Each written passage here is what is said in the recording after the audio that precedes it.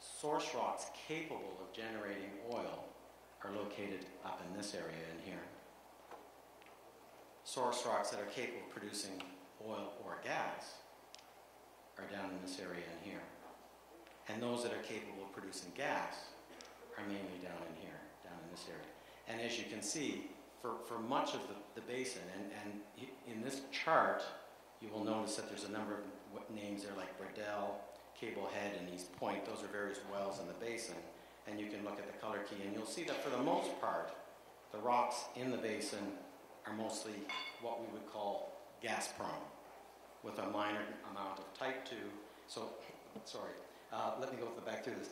Type 1 are the oil prone, type 2 are oil or gas prone, and type 3 are gas prone. And I skipped over that, I'm sorry.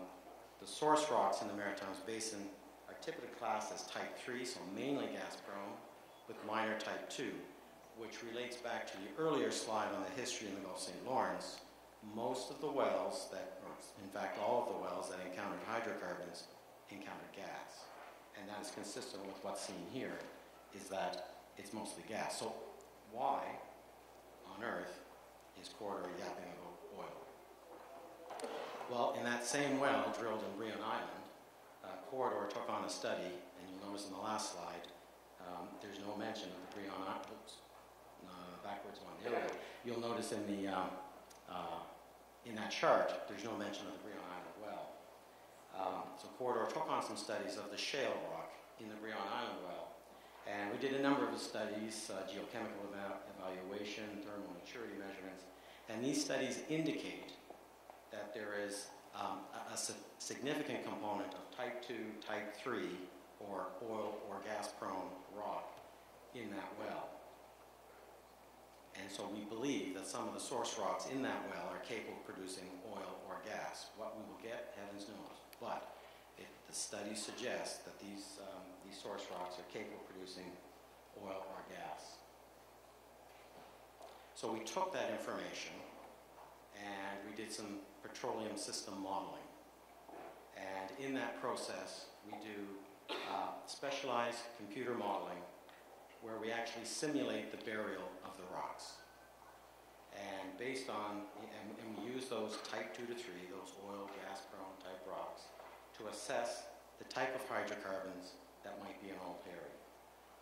The results of the modeling show that oil and natural gas could be trapped at Old Harry.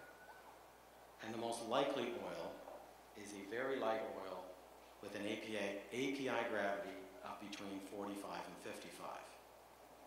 What's that mean? Here is a chart showing the relative gravity of different types of oils on the left. API is a measure of how light liquid petroleum is compared to water. So if it's a really low number, 10 or less, the oil will sink. If it's a number greater than 10, the oil will float on water. So that gives you an appreciation for how the scale works. For bitumen, which is almost like a tar type material, the API number is around 12. For typical crude oils, they're in the range of 20 to say 35 or so. And there's a dividing line, and there's various different organizations will separate heavy crude from light crude using a different value, but a commonly used is around 28 API to separate between light and heavy crude. Now up at around 50, you have this material called a condensate, and it's very much like a gasoline. And so that's how you can relate the oil that we're anticipating in Old Harry to the API gravity. Old Harry is anticipated to be around 45 or 55, so we're expecting that the oil, it's almost improper to call it an oil. It's more like a condensate, and by comparison, you could equate it to something like a gasoline. So we do anticipate oil, but it's a very, very light oil. So here are some of the reasons why we're excited about Old Harry. Again, up in the upper left is a map that shows the structure of Old Harry. Again, red is high, blue is low. And you'll see a couple of dots on there. Those dots represent satellite seeps. So what we hired a company that uses orbiting satellites to take pictures of the sea surface, and they often use this to look for tankers that have dumped their bilge and that kind of stuff. And what they've noticed over the Old Harry site, there are 6 persistent, if you will, oil signatures on the surface. So there's an indicator from these satellite images that there's potentially oil seeping out of Old Harry present day. Now in the bottom here, we have 2 images of seismic profiles that are specially processed. And what I want to draw your attention to in the lower left here is this flat line in comparison to the sort of the top of the track-shaped structure. We believe this line may represent a contact between gas and oil, or oil and water. And as we all know, water will come to a level surface, so we think that this flat line may represent that very thing, a contact between a hydrocarbon and water. On the right side, you'll see at about the same depth, you see these bright, intensely blue colors. And these colors represent something that's very compressible. Water you cannot compress. So we would suspect that there's water in other places around this, but in this area there's something that's compressible. A natural gas you can't compress.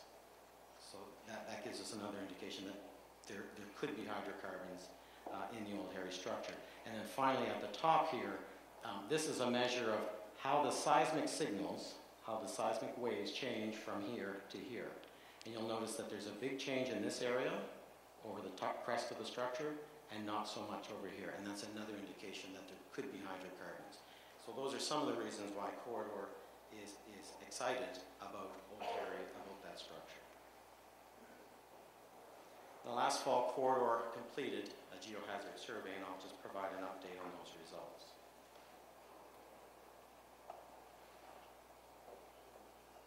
The survey was conducted between October 12th and 15th, 2010.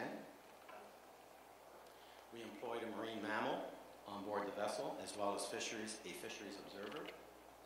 No fishing activity was observed in and around the site at the time that we acquired the survey.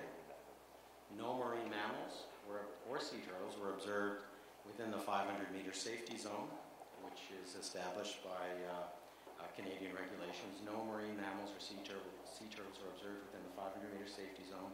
During the acquisition, there were some observed at a distance, and there were some observed when we were doing turning of the vessel. We collected 63 hours of geophysical data, side-scan sonars, bottom bathymetry, low-intensity seismic as well were collected, seabed photography at 5 sites, and sediment samples at 3 sites. Here's an example of, on the left, is the seafloor bathymetry, and on the bottom is the side-scan sonar. And you'll notice,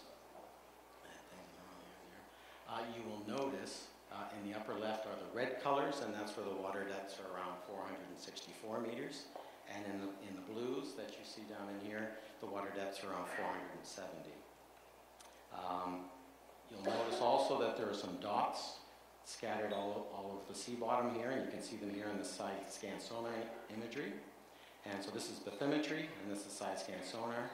Those are interpreted as depressions on the seafloor and are interpreted as pockmarks. And they are possible fluid escape structures. And what I mean by that is, as the sediment is deposited on the seabed, water could be squeezing out and pushing some of the sediment up into the water column, and then the currents pull it away. Or it could even be gas coming up out of those sediments. Could be biogenic gas, which means that it's just decaying organic material as the sediments are deposited. Or it could even be gas coming out of structures deeper in the earth, for example, at Old Harry. The source or actually even what actually causes those pockmarks is not clearly understood, but that's how they are interpreted. They were first identified, I think, in the mid-1970s on the Scotian shelf. Here again on the left is that side scan image that we just showed you, and the points that you see labeled here. These upper 3 are where we acquired sediment grab samples. So we used a Van Veen grab and just grabbed a bunch of sediment, pulled it up on the deck. And then the other 2 sites, all 5 sites, we acquired bottom photography, and there's an example of what the sea bottom looks like, and it's basically a very muddy bottom. This is an example of a high-resolution profile or a sub-bottom profile across the site, across the area. And I mentioned it's a muddy bottom. That mud is about 10 meters thick, 10 to 12 meters thick, that mud. Beneath the mud, there are what they call glacial mean sediments, which is mud interbedded with silt, sand. And then beneath that is till, which is a melange, which is in this area, a melange of clay and mud and rock. And then beneath that is the bedrock itself. This is an example of the seismic data, the low-intensity seismic data that we acquired. And you recall in the last slide, I talked about a 10-meter thick layer of mud. Well, there's an example of what the 10 meters look like. So we're looking quite deep into the earth with this particular image, and the potential reservoirs for Old Harry are located down in this area here.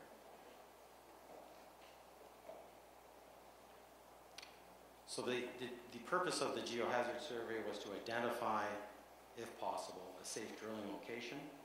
We acquired bathymetry, side-scan sonar, and sub-bottom profiler results, and they were delivered to Corridor in December of 2010.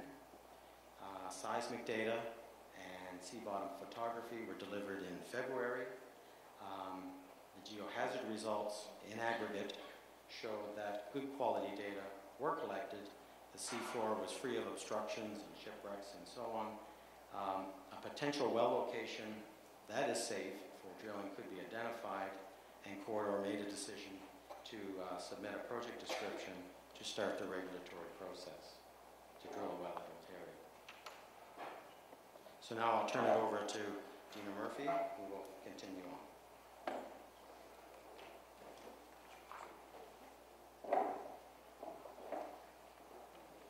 So good morning, it's still morning.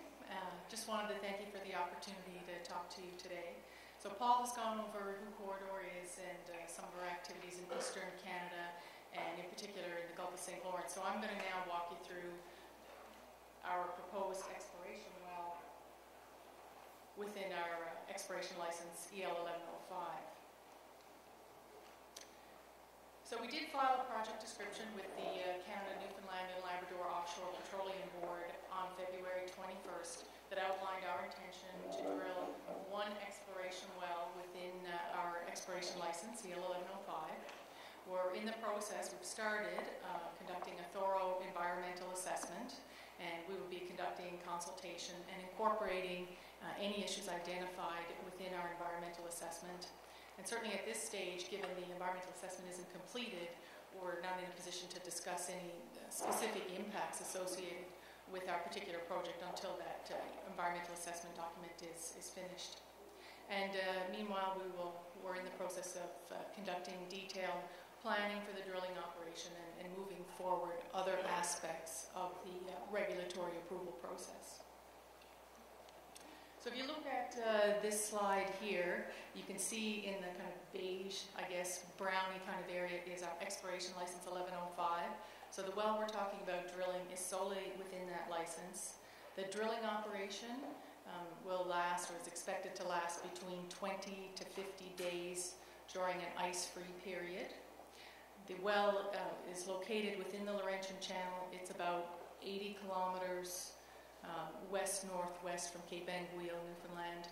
And we have the well coordinates there. I won't list those. They're there for your reference, and I understand that copies of the presentation will be available.